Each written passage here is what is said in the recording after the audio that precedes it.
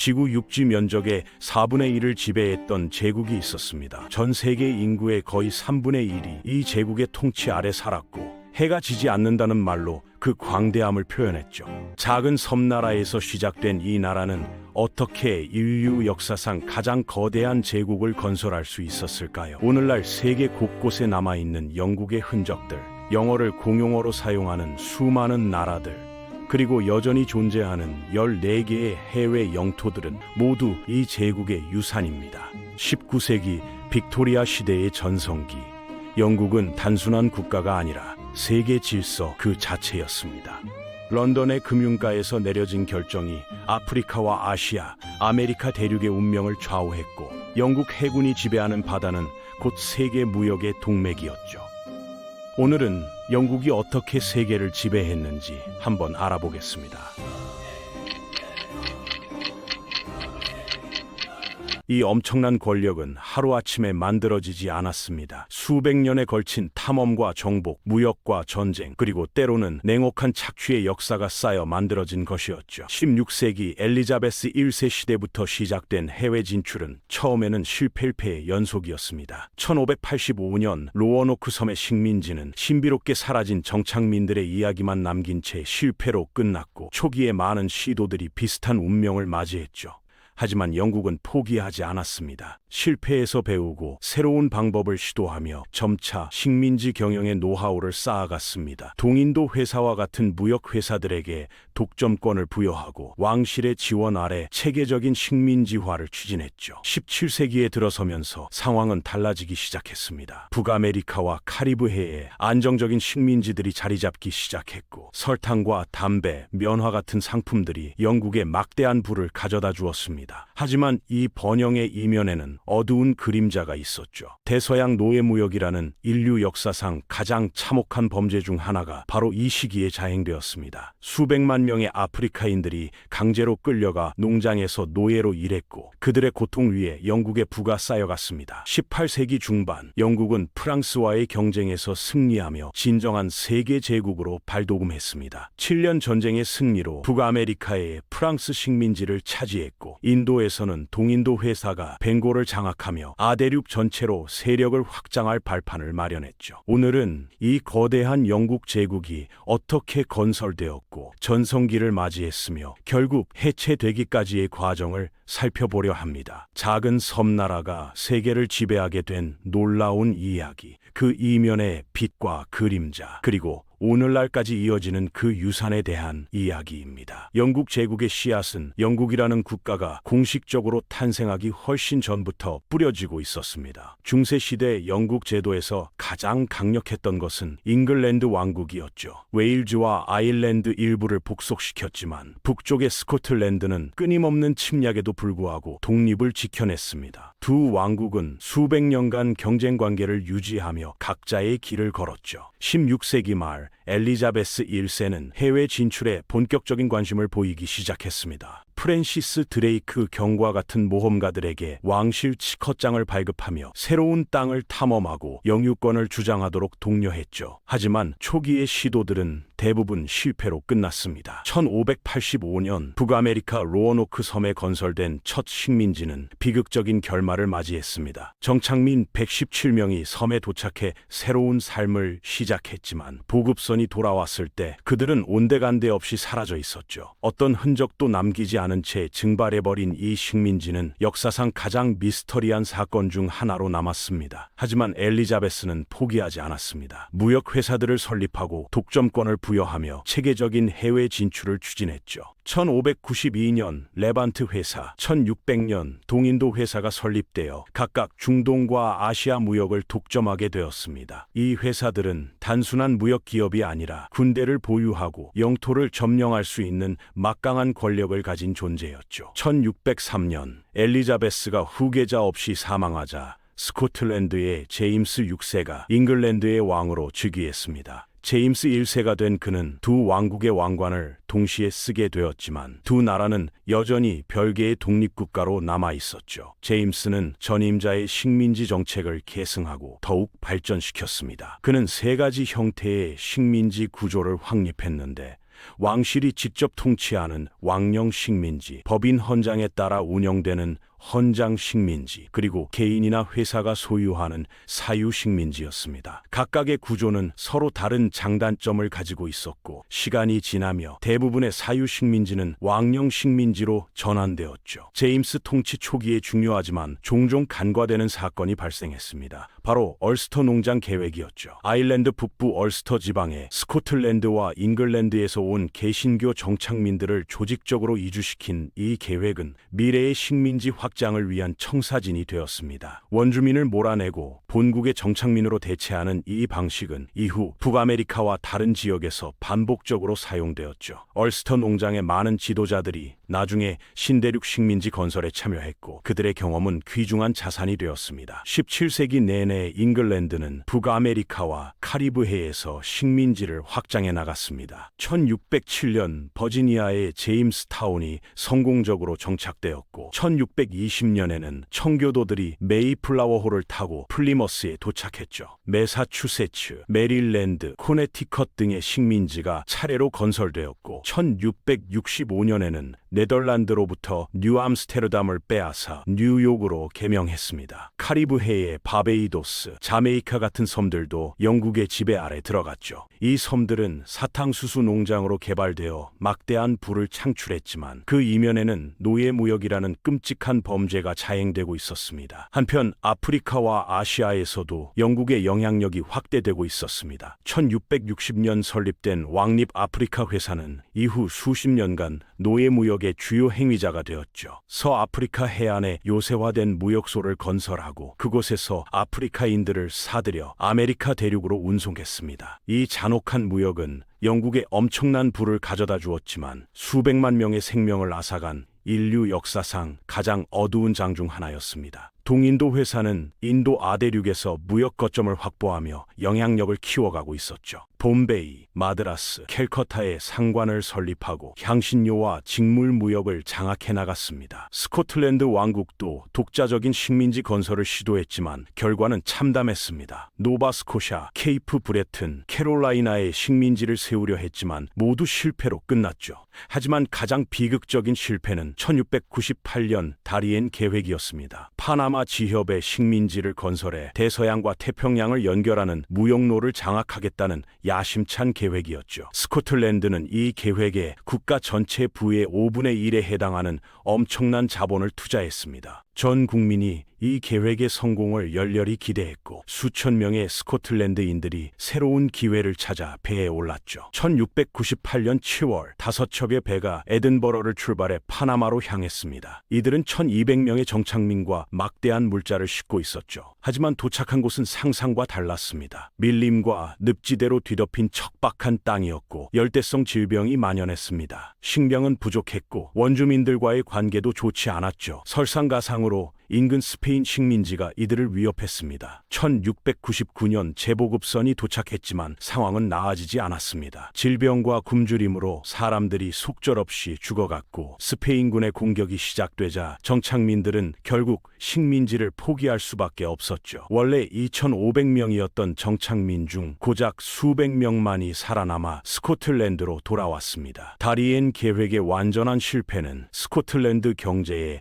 치명적인 타격을 입혔습니다. 투자한 자본이 모두 증발했고 국가 전체가 금융위기에 빠졌죠. 이 재앙은 결국 스코틀랜드가 잉글랜드와의 합병을 진지하게 고려하게 만든 주요 원인 중 하나가 되었습니다. 많은 스코틀랜드인들은 잉글랜드의 식민지 네트워크에 참여하는 것만이 경제적 파국에서 벗어날 유일한 길이라고 생각하기 시작했죠. 한편 688년 명예혁명으로 영국 제도의 정치 지형이 크게 바뀌었습니다. 가톨릭 신자였던 제임스 2세가 폐위되고 그의 개신교도 딸 메리와 네덜란드인 남편 윌리엄이 공동 군주로 즉위했죠. 이는 영국 역사상 중요한 전환점이었습니다. 잉글랜드 의회는 개신교도만이 왕위를 계승할 수 있도록 하는 법을 통과시켰지만 이 법은 스코틀랜드에는 적용되지 않았습니다. 되었습니다. 두 왕국이 서로 다른 계승법을 가지게 되면서 미래의 분쟁의 소지가 생겼죠. 이를 해결하고 개신교 계승을 보장하기 위해, 그리고 다리엔 참사로 경제적 위기에 빠진 스코틀랜드를 구제하기 위해 합병 협상이 시작되었습니다. 1707년 연합법이 통과되면서 잉글랜드와 스코틀랜드는 하나의 왕국으로 통합되었고 그레이트 브리튼 왕국이 탄생했습니다. 이제 두 왕국의 식민지는 하나의 제국으로 통합되었고 스코틀랜드인들도 영국 식민지 사업의 혜택을 누릴 수 있게 되었죠. 18세기 내내 영국은 다른 유럽 강대국들과 끊임없이 전쟁을 벌였습니다. 이 전쟁들은 유럽 대륙뿐만 아니라 해외 식민지에서도 치러졌죠. 스페인 왕위 계승 전쟁이 1714년 영국의 승리로 끝나면서 평화 조약을 통해 북아메리카의 뉴펀들랜드와 아카디아, 지중해의 전략적 요충지인 지브롤터와 메노르카를 획득했습니다.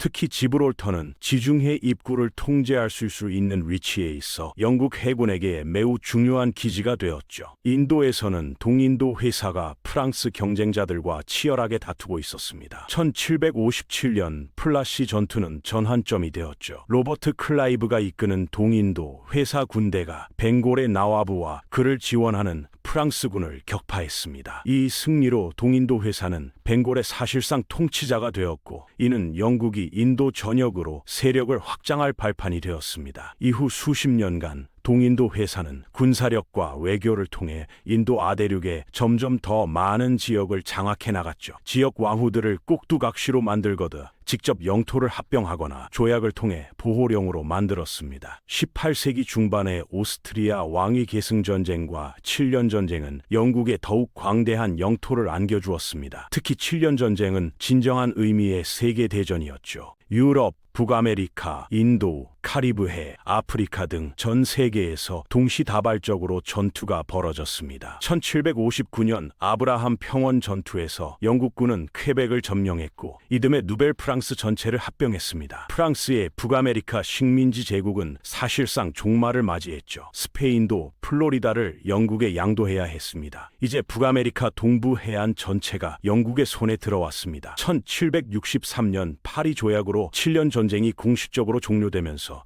카리브해의 여러 섬들도 영국 영토가 되었습니다. 도미니카, 그레나다, 세인트 빈센트 그레나딘, 토바고가 영국 제국에 추가되었죠. 이제 영국은 명실상부한 세계 최강의 식민지 제국이자 해양 강국이 되었습니다. 프랑스도 스페인도 네덜란드도 영국의 해군력과 식민지 네트워크를 따라잡을 수 없었죠. 영국 제국의 힘은 두 가지 핵심 요소에서 나왔습니다. 첫째는 압도적인 해군력이었죠. 영국 해군은 대서양과 인도양, 태평양을 장악하며 세계 해상 무역로를 통제했습니다. 어떤 나라도 영국의 허락 없이는 안전하게 해상 무역을 할 수 없었죠. 둘째는 이를 기반으로 한 방대한 무역 네트워크였습니다. 영국 상선들은 전 세계를 누비며 원자재를 본국으로 가져오고 완제품을 식민지로 수출했습니다. 이 무역에 부과된 세금과 관세가 영국 정부에 막대한 수입을 안겨주었죠. 인도의 면직물, 카리브해의 설탕, 북아메리카의 담배와 목재, 아프리카의 금과 상아가 런던으로 모여들었고 영국의 공산품이 세계로 뻗어나갔습니다. 하지만 이 번영의 이면에는 심각한 문제가 있었습니다. 본국과 식민지 간의 정치적 불평등이었죠. 영국 정부는 식민지를 주권 영토로 간주하며 세금을 부과했지만 식민지 주민들에게는 본국 시민이 누리는 정치적 권리를 주지 않았습니다. 특히 북아메리카 13개 식민지에서 이 문제가 심각했죠. 1760년대부터 영국 의회는 식민지에 각종 세금을 부과하기 시작했습니다. 인지세, 차세, 설탕세 등이 식민지 주민들의 동의 없이 일방적으로 부과되었죠. 식민지 주민들은 격렬히 반발했습니다. 대표 없는 과세는 폭정이라는 구호 아래 저항운동이 확산되었죠. 1773년 보스턴 차 사건이 발생하면서 상황은 더욱 악화되었습니다. 식민지 주민들이 영국 동인도 회 차를 실은 배를 습격해 차를 바다에 버린 사건이었죠. 영국 정부는 강경하게 대응했고 이는 식민지 주민들의 분노를 더욱 키웠습니다. 1775년 마침내 무력 충돌이 시작되었습니다. 렉싱턴과 콩코드에서 영국군과 식민지 민병대가 교전해 이것이 미국 독립전쟁의 시작이었죠.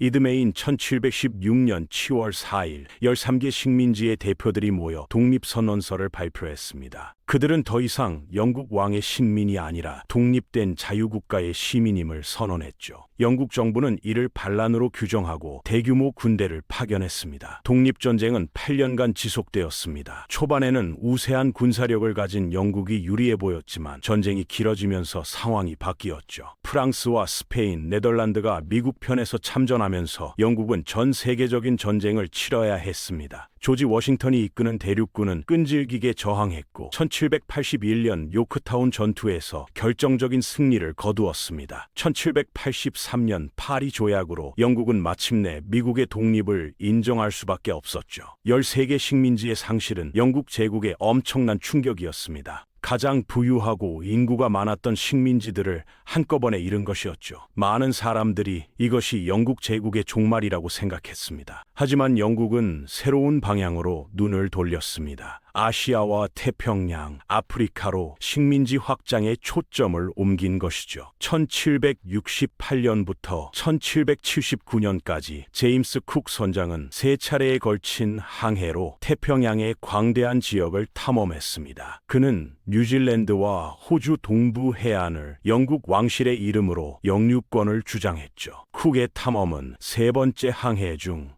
하와이에서 원주민과의 충돌로 사망하면서 비극적으로 끝났지만 그가 발견한 땅들은 영국 제국의 새로운 영토가 되었습니다. 특히 호주는 새로운 용도로 활용되었죠. 미국 독립 이전에는 죄수들을 북아메리카 식민지로 유배 보냈지만 이제 그럴 수 없게 되자 호주가 대안이 된 것입니다. 1788년 첫 번째 죄수 수송선이 뉴사우스 웨일스에 도착했습니다. 11척의 배에 실린 약 1500명의 죄수들 과 해병, 관리들이었죠. 이들은 시드니만의 정착지를 건설했고 이것이 현대 호주의 시작이 되었습니다. 이후 수십 년간 16만이 넘는 죄수들이 호주로 이송되었죠. 이들은 강제 노동으로 식민지 인프라를 건설했고 형기를 마친 후 많은 이들이 자유민으로 정착했습니다. 그러나 이 과정에서 호주 원주민 애버리진들은 엄청난 피해를 입었습니다. 유럽인들이 가져온 질병과 무력 충돌, 그리고 조직적인 학살로 원주민 인구는 급격히 감소해 북태평양에서도 영국의 활동이 활발해졌습니다. 조지 밴쿠버와 알렉산더 맥켄지 같은 탐험가들이 1790년대에 북아메리카 서부 해안을 조사했습니다. 그들은 로키 산맥을 넘어 태평양까지 이르는 경로를 개척했고 이 지역의 풍부한 모피 자원에 주목했죠. 허드슨 베이 컴퍼니와 노스 웨스트 컴퍼니 같은 모 무역 회사들이 내륙 깊숙이 진출하며 교역소를 설립했습니다. 이는 영국령 북아메리카를 대륙 횡단 규모로 확장시키는 기반이 되었죠. 한편 유럽에서는 프랑스 혁명의 여파가 대륙 전체를 뒤흔들고 있었습니다. 나폴레옹 보나파르트의 등장으로 프랑스는 다시 한번 영국의 패권에 도전하는 강력한 적이 되었죠. 1803년부터 1815년까지 이어진 나폴레옹 전쟁은 영국의 운명을 결정짓는 중요한 전환점이었습니다. 영국은 막대한 자본과 자원을 전쟁에 쏟아부었습니다. 해군을 증강하고 대륙의 동맹국들에게 재정 지원을 제공했으며 프랑스 항구를 봉쇄했죠. 동시에 프랑스의 해외 식민지들을 공격하기 시작했습니다. 카리브해와 인도양의 프랑스령 섬들이 차례로 영국 해군의 손에 떨어졌죠. 1805년 10월 22일 스페인 트라팔가르 곧 앞바다에서 결정적인 해전이 벌어졌습니다. 호레이시오 넬슨 제독이 이끄는 영국 함대가 프랑스 스페인 연합함대를 상대했죠. 영국 함대는 27척, 적은 33척으로 수적으로 열세였지만 넬슨의 대담한 전술이 빛을 발했습니다. 적 함대를 두 부분으로 나누어 각계 격파하는 전술로 완벽한 승리를 거두었죠. 적 함대는 22척을 잃었지만 영국은 단 한 척도 잃지 않았습니다. 하지만 승리의 기쁨은 비극과 함께 왔습니다. 넬슨 제독이 전투 중 저격수의 총에 맞아 전사한 것이죠. 그의 마지막 말은 감사하다 신이시여 나는 내 의무를 다했다였다고 전해집니다. 트라팔가르 해전의 승리는 나폴레옹의 영국 침공 계획을 완전히 좌절시켰고 향후 100년 이상 영국 해군의 절대적 우위를 확립했습니다. 어떤 나라도 감히 바다에서 영국에 도전할 수 없었죠. 1815년 워털루 전투에서 나폴레옹이 최종적으로 패배하면서 영국이 속한 연합국은 승리를 거두었습니다. 전후 처리 과정에서 영국은 또다시 막대한 영토를 획득했습니다. 이오니아 제도, 몰타, 모리셔스, 세인트 두시아, 세이샬, 트리니다드 토바고, 가이아나, 실론, 케이프 식민지가 영국 제국에 추가되었죠. 특히 케이프 식민지는 유럽과 아시아를 잇는 해상 교통로의 중요한 기항지였고, 몰타는 지중해의 전략적 요충지였습니다. 카리브해의 새로운 식민지들에는 광대한 사탕수 농장이 있었습니다. 이 농장들은 수백 년간 노예 노동에 의존해왔죠. 그러나 18세기 말부터 영국 내에서 노예제 폐지 운동이 힘을 얻고 있었습니다. 윌리엄 윌버포스 같은 정치인들과 퀘이커 교도들이 중심이 된 폐지론자들은 노예제의 비인도성을 강력히 비판했습니다. 산업혁명도 변화를 가져왔습니다. 증기기관과 기계화된 공장이 등장하면서 영국의 자본가들은 더 이상 식민지의 노예 노동에 의존할 필요가 줄어들었죠. 본국에서 직접 상품을 생산하는 것이 더 효율적이고 수익성이 높았습니다. 정치적 압력과 경제적 변화가 맞물리면서 1807년 영국 의회는 노예무역 폐지법을 통과시켰습니다. 더 이상 새로운 노예를 아프리카에서 수입하는 것이 금지되었죠. 영국 해군은 대서양에서 노예선을 단속하기 시작했고 적발된 노예들을 해방시켰습니다. 하지만 노예제 자체는 여전히 합법이었습니다. 기존의 노예들은 계속 노예 신분으로 남아 있었죠. 완전한 노예제 폐지까지는 27년이 더 걸렸습니다. 1833년 노예제 폐지법이 통과되었고 1834년부터 시행되어 영국 제국 전역의 모든 노예가 법적으로 자유를 얻었습니다. 약 80만 명의 노예가 해방되었죠.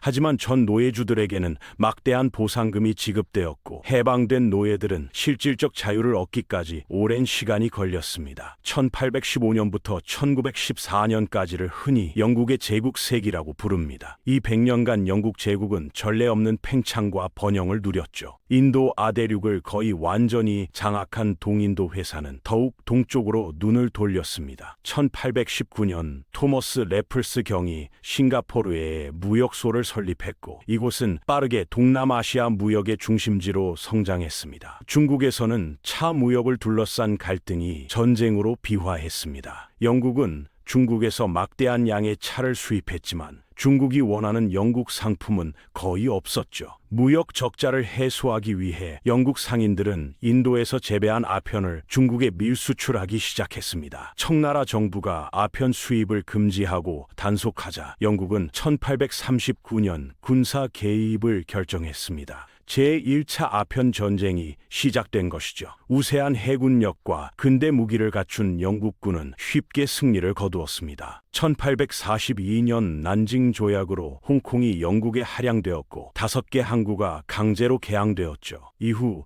1856년 제2차 아편 전쟁에서도 승리하며 영국은 중국에서의 영향력을 더욱 확대했습니다. 인도에서는 1857년 대규모 반란이 발생했습니다. 세포이 반란 또는 제1차 독립전쟁으로 불리는 이 사건은 동인도 회사의 인도 통치에 심각한 위협이 되었죠. 회사 군대에 복무하던 인도인 병사들인 세포이들이 새로 지급된 소총의 탄약통에 소와 돼지 기름이 발라져 있다는 소문을 듣고 분노했습니다. 힌두 교도에게 소는 신성하고 무슬림에게 돼지는 부정한 동물이었기에 이는 종교적 모욕이었죠. 5월 10일 메루트에서 시작된 반란은 빠르게 확산되었습니다. 델리가 반란군의 손에 떨어졌고 북인도 전역이 혼란에 빠졌죠. 영국인 민간인들이 학살당하고 회사의 권위는 땅에 떨어졌습니다. 동인도 회사는 본국에서 원군을 받아 반격에 나섰습니다. 1858년 중반까지 반란은 진압되었지만 양측 모두 엄청난 피해를 입었죠. 수만 명이 목숨을 잃었고 반란 진압 과정에서 영국군의 잔혹한 보복이 자행되었습니다. 이 사건으로 영국 정부는 동인도 회사가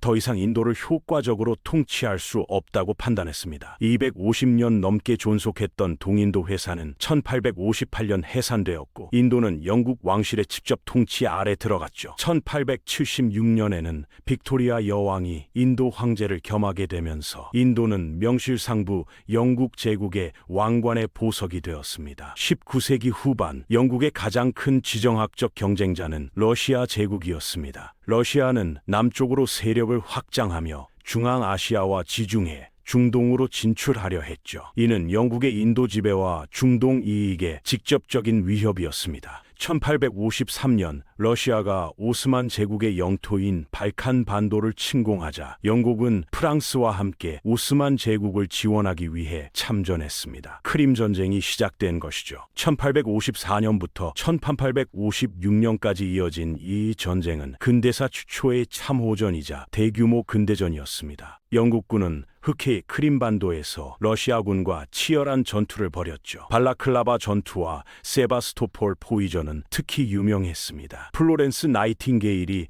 부상병 간호로 명성을 얻은 것도 이 전쟁에서였죠. 전쟁은 러시아의 패배로 끝났고 러시아의 남진은 일시적으로 저지되었습니다. 영국은 지중해와 중동에서 자신의 이익을 지키는 데 성공했죠. 하지만 중앙아시아에서 영국과 러시아의 경쟁은 계속되었습니다. 이를 당시 사람들은 대게임이라고 불렀죠. 러시아는 중앙아시아의 여러 강국들을 복속시켜 남하했고 영국은 아프가니스탄을 완충지대로 만들려 했습니다. 양국의 스파이와 외교관들이 중앙아시아 전역에서 정보전과 외교전을 벌였죠. 1878년 키프로스를 오스만 제국으로부터 획득하면서 영국은 지중해 동부에서 러시아의 확장을 견제할 새로운 기지를 확보했습니다. 같은 해 베를린 회의에서 영국과 러시아는 중앙아시아에서의 세력권을 일부 조정하는 데 합의했지만 경쟁은 20세기 초까지 계속되었죠. 아프리카에서도 영국의 제국주의적 팽창은 가속화되었습니다. 케이프 식민지에서 1820년대부터 영국인 이주가 증가하면서 기존에 그곳에 살던 네덜란드계 정착민인 보어인들을 북쪽 내륙으로 밀어냈습니다. 보어인들은 영국의 통치와 특히 1834년 노예제 폐지에 불만을 품고 대이동을 단행했죠. 그들은 트란스발과 오렌지 자유국이라는 독립공화국을 세웠습니다. 하지만 1880년대 이 지역에서 금과 다이아몬드가 발견되면서 상황이 바뀌었죠. 영국은 이 광물 자원을 손에 넣기 위해 보어 공화국들을 병합하려 했습니다. 제1차 보어 전쟁에서 영국은 예상 밖의 패배를 당했지만 1899년 시작된 제2차 보어 전쟁에서는 막대한 군대를 투입해 결국 승리했습니다. 전쟁 과정에서 영국군은 보어인 민간인들을 강제 수용소에 수용했고 수만 명이 열악한 환경에서 사망했죠. 이는 영국의 제국주의 정책에 대한 국제적 비난을 불러일으켰습니다. 1902년 전쟁이 끝나고 트란스발과 오렌지 자유국은 영국 제국에 편입되었습니다. 북아프리카에서는 수에즈 운하가 영국의 전략적 이익에 핵심적인 역할을 했습니다. 1869년 개통된 이 운하는 지중해와 홍해를 연결하여 유럽에서 인도로 가는 항로를 수천 마일 단축시켰죠. 처음에는 프랑스와 이집트가 운하를 공동 소유했지만 재정난에 빠진 이집트가 1875년 자신의 지분을 매각하자 영국이 이를 사들였습니다. 1882년에는 이집트에서 반영 민족주의 운동이 일어나자 영국이 군사 개입을 단행했죠. 영국군이 이집트를 점령하고 사실상의 보호령으로 만들었지만 형식적으로는 오스만 제국의 일부로 남아 있었습니다. 19세기 후반에 아프리카 분할은 유럽 열강들이 대륙을 마치 케이크 자르듯 나눠 가진 사건이었습니다. 1884년 베를린 회의 에서 유럽 국가들은 아프리카 식민지화의 규칙을 정했죠. 영국은 이 경쟁에서 가장 많은 영토를 차지했습니다. 이집트에서 남아프리카까지, 동아프리카에서 서아프리카까지 광대한 지역이 영국의 지배 아래 들어갔죠. 케냐, 우간다, 탄자니아, 잠비아, 짐바브웨, 보츠와나, 나이지리아, 가나 등이 모두 영국 식민지가 되었습니다. 세실 로즈 같은 제국주의자는 케이프에서 카이로까지 아프리카를 종단하는 철도를 건설하려는 야심찬 계획을 추진했지만 이는 완성되지 못했습니다. 20세기가 시작될 무렵 영국 제국은 정점에 달했습니다. 지구 육지 면적의 약 4분의 1, 세계 인구의 거의 4분의 1이 영국의 지배 아래 있었죠. 대영 제국의 영토는 3,300만 제곱킬로미터가 넘었고 4억 5천만 명 이상의 사람들이 영국 왕실의 식민이었습니다. 해가 지지 않는 제국이라는 표현이 문자 그대로 사실이었죠. 지구 어디에서든 항상 낮은 영국 영토가 있었습니다. 1902년 5월 레드라인이라 불리는 전 세계적 전신망이 완성되면서 런던은 제국의 가장 먼 구석까지 즉각적으로 통신할 수 있게 되었습니다. 증기선과 철도가 제국을 하나로 묶어 영국 파운드가 세계 기축 통화로 기능했죠. 영국의 경제적 영향력은 공식적인 식민지를 넘어 확장되었습니다. 아르헨티나, 청나라, 오스만 제국 같은 독립국들도 영국의 투자와 무역에 크게 의존했죠. 이를 비공식 제국이라고 부르기도 했습니다. 정치적으로는 지배하지 않지만 경제적으로는 통제하는 관계였습니다. 하지만 제국 내부에서는 변화의 조짐이 나타나고 있었습니다. 백인이 다수를 차지하는 자치령들, 즉 캐나다, 오스트레일리아, 뉴질랜드는 점차 자치권을 확대해갔죠. 캐나다는 1867년 연방을 구성하며 외교와 국방을 제외한 완전한 자치를 얻었습니다. 호주와 뉴질랜드도 1900년대 초에 비슷한 지위를 획득했죠. 이들 자치령은 영국 왕을 국가 원수로 모시지만 실질적으로는 독립국처럼 운영되었습니다. 아일랜드에서는 자치 또는 독립을 향한 움직임이 더욱 강했습니다. 수백 년간 영국의 지배를 받아온 아일랜드인들은 자신들의 나라를 되찾기를 열망했죠. 1880년대부터 여러 차례 자치법안이 영국 의회에 제출되었지만 번번이 부결되었습니다. 영국 정부와 보수파들은 아일랜드의 자치가 제국 전체의 결속을 해칠 것이라고 우려했죠. 하지만 제국에 대한 진정한 위협은 내부가 아니라 외부에서 왔습니다. 독일 제국이 급속히 성장하며 영국의 패권에 도전하기 시작한 것이죠. 1914년 8월 사라예보에서의 한 발의 총성이 제1차 세계대전이라는 대재앙을 촉발했습니다. 영국은 동맹국인 프랑스와 러시아 편에서 독일, 오스트리아, 헝가리, 오스만 제국과 전쟁에 돌입했죠. 이 전쟁에서 영국은 제국의 자원을 총동원했습니다. 자치령과 식민지에서 수백만 명의 병사가 징집되거나 자원 입대했습니다. 캐나다에서 60만 명, 호주에서 42명, 뉴질랜드에서 10만 명, 인도에서 140만 명 있는 병사가 전쟁에 참전했죠. 이들은 유럽의 참호전에서, 중동의 사막에서, 아프리카의 정글에서 싸웠고 수십만 명이 목숨을 잃었습니다. 갈리폴리 전투는 특히 호주와 뉴질랜드에게 비극적인 사건이었습니다. 1915년 오스만 제국의 갈리폴리 반도를 공격하는 작전에서 ANGAC 부대는 막대한 손실을 입었죠. 이 전투는 실패로 끝났지만 호주와 뉴질랜드에게는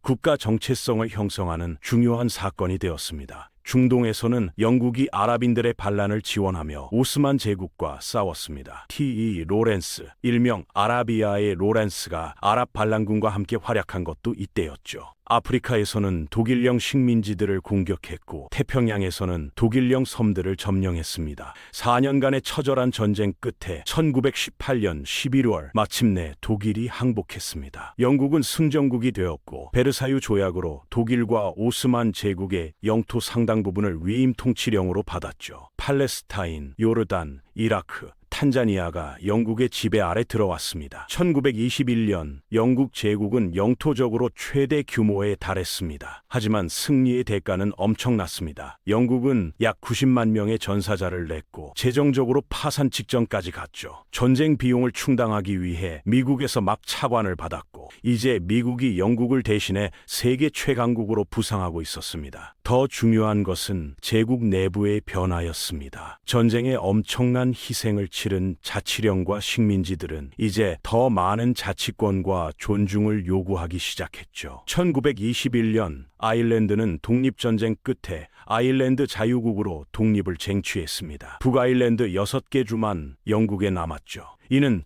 제국 해체의 시작을 알리는 신호였습니다. 인도에서도 독립운동이 거세졌습니다. 마하트마 간디가 이끄는 비폭력 불복종 운동이 전국을 휩쓸었죠. 1919년 암리차르 학살 사건에서 영국군이 비무장 민간인 시위대에 발포해 수백 명을 살해한 것은 영국 통치의 정당성에 치명타를 입혔습니다. 1931년 웨스트민스터 헌장으로 자치령들은 완전한 주권 국가로 인정받았습니다. 이들은 영국 국왕을 국가 원수로 모시지만 법적으로는 영국과 동등한 독립국이 되었죠. 하지만 제국 해체는 1939년 제2차 세계대전 발발로 잠시 중단되었습니다. 나치 독일이 유럽을 침략하자 영국은 다시 한번 생존을 위한 전쟁에 돌입했죠. 다시 한번 제국 전역에서 병사들이 동원되었습니다. 인도에서만 250만 명이 넘는 병사가 참전했고 자치령들도 막대한 군대를 파견했습니다. 전쟁 초기 영국은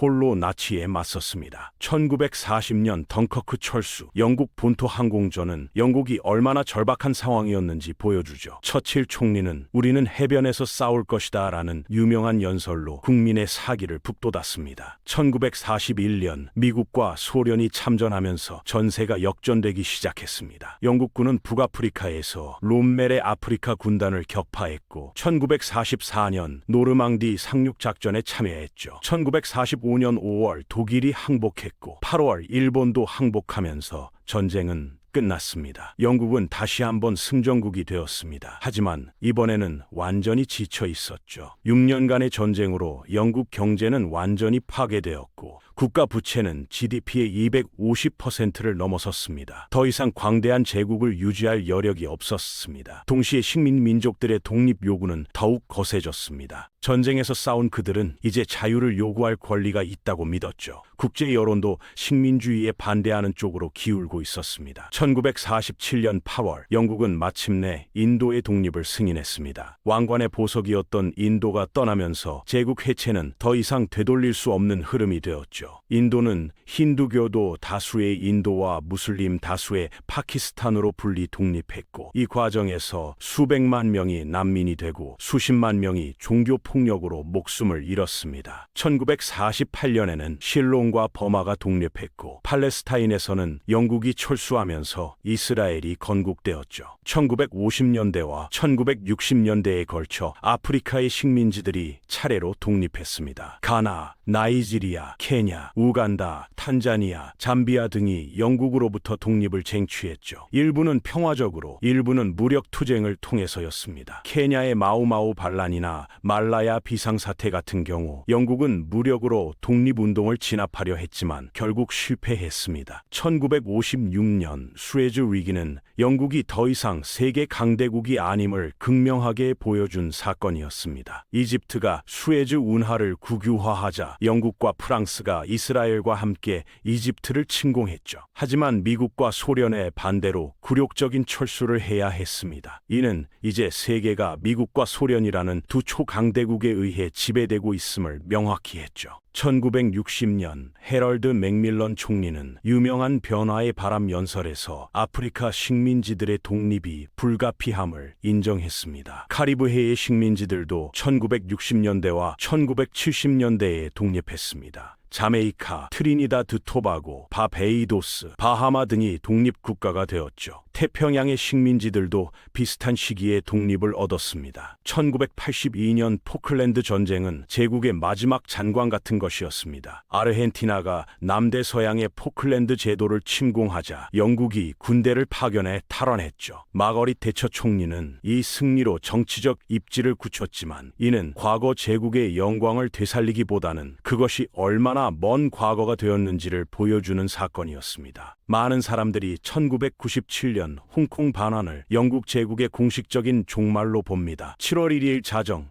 156년간의 영국 통치가 끝나고 홍콩은 중국으로 반환되었죠. 찰스 왕세자와 마지막 총독 크리스 패튼이 참석한 반환식에서 유니언 잭이 내려오고 중국 국기가 올라가는 장면은 하나의 시대가 끝나는 상징적인 순간이었습니다. 오늘날 영국은 여전히 14개의 해외 영토를 가지고 있습니다. 지브롤터, 포클랜드 제도, 버뮤다, 케이맨 제도 등이 그것이죠. 하지만 이들은 과거 제국의 작은 잔재에 불과합니다. 대부분의 옛 식민지들은 영연방이라는 느슨한 연합체에 가입했습니다. 54개 회원국으로 이루어진 영연방은 공동의 역사를 공유하지만 정치적으로는 각자 독립된 국가들입니다. 이 중 16개국은 여전히 영국 군주를 국가 원수로 모시는 영연방 왕국입니다. 영국 제국의 유산은 오늘날에도 여전히 우리 곁에 있습니다. 영어는 세계에서 가장 널리 사용되는 언어가 되었고 전 세계 15억 명이 넘는 사람들이 영어를 사용합니다. 영국의 법 체계인 보통법은 수많은 나라에서 채택되어 의회 민주주의 제도도 광범위하게 퍼졌죠. 크리켓, 축구, 럭비 같은 스포츠도 영국에서 시작되어 전 세계로 확산되었습니다. 하지만 제국의 유산이 모두 긍정적인 것만은 아닙니다. 식민 지배는 수많은 사람들에게 고통과 착취를 가져왔고 그 상처는 여전히 남아있죠. 노예 무역, 원주민 학살, 자원 수탈, 인위적인 국경 설정으로 인한 분쟁 등 제국주의의 어두운 면도 직시해야 합니다. 인도와 파키스탄의 분단, 중동의 불안정, 아프리카의 부족 갈등 등 많은 현대의 문제들이 식민 시대의 유산과 연결되어 있습니다. 현대 영국 자체도 제국의 유산을 반영합니다. 런던 거리를 걸으면 전 세계 모든 인종과 문화를 만날 수 있죠. 한때 제국의 식민이었던 사람들의 후손들이 이제는 제국의 심장부에 살고 있습니다. 인도, 파키스탄, 카리브해, 아프리카에서 온 이민자들과 그 후손들은 영국 사회의 중요한 일부가 되었습니다. 영국 요리, 음악, 예술, 문화 전반에 걸쳐 제국의 흔적이 녹아들어 있습니다. 치킨 티카 마살라는 이제 영국의 국민 음식이 되었고, 레게와 카리브해 음악은 영국 대중문화의 일부죠. 제국이 남긴 건축물들도 여전히 서 있습니다. 대형 박물관에는 전 세계에서 가져온 유물들이 전시되어 있고, 이 유물들의 반환 문제는 여전히 논란거리입니다. 그리스의 파르테논 신전 조각, 이집트의 로제타 석, 베냉의 청동 조각품 등 많은 나라들이 자국의 문화재 반환을 요구하고 있죠. 400년에 걸친 영국 제국의 역사는 인류사에서 전례 없는 규모의 팽창과 지배, 그리고 최종적인 해체의 이야기입니다. 작은 섬나라에서 시작해 세계의 4분의 1을 지배했던 제국은 20세기 중반 불과 수십 년 만에 거의 완전히 해체되었죠. 이 역사는 야망과 모험, 혁신과 발전의 이야기이기도 하지만 동시에 착취와 억압, 폭력과 불평등의 이야기이기도 합니다. 제국의 건설자들은 문명을 전파한다고 믿었지만 식민지 주민들에게는 자유를 빼앗기는 경험이었죠. 오늘날 우리는 이 복잡한 유산과 함께 살아가고 있습니다. 영어로 쓰인 이 글을 읽고 영국에서 유래한 제도와 문화를 접하며 동시에 식민주의의 상처와 불평등이 여전히 존재하는 세계에서 살아갑니다. 영국 제국의 이야기는 끝났지만 그 영향은 여전히 계속되고 있습니다. 이 역사를 이해하는 것은 단순히 과거를 아는 것이 아니라 현재 우리가 살고 있는 세계가 어떻게 만들어졌는지를 이해하는 것입니다. 왜 영어가 국제 공용어인지, 왜 특정 국가들이 경제적으로 발전했고 다른 나라들은 뒤처졌는지, 왜 특정 지역에 갈등이 끊이지 않는지, 이 모든 질문의 답에는 제국주의의 역사가 깊이 관여되어 있죠. 해가 지지 않던 제국은 이제 역사 속으로 사라졌습니다. 하지만 그 그림자는 여전히 길게 드리워져 있고 우리는 그 빛과 어둠을 모두 직시하며 더 나은 미래를 만들어가야 할 책임이 있습니다. 영국 제국의 역사는 인간의 야망이 얼마나 위대한 것을 이룰 수 있는지, 동시에 얼마나 큰 고통을 초래할 수 있는지를 보여주는 거울입니다. 이 거울을 통해 우리는 과거를 반성하고 현재를 이해하며 더욱 정의롭고 평등한 미래를 향해 나아갈 수 있을 것입니다.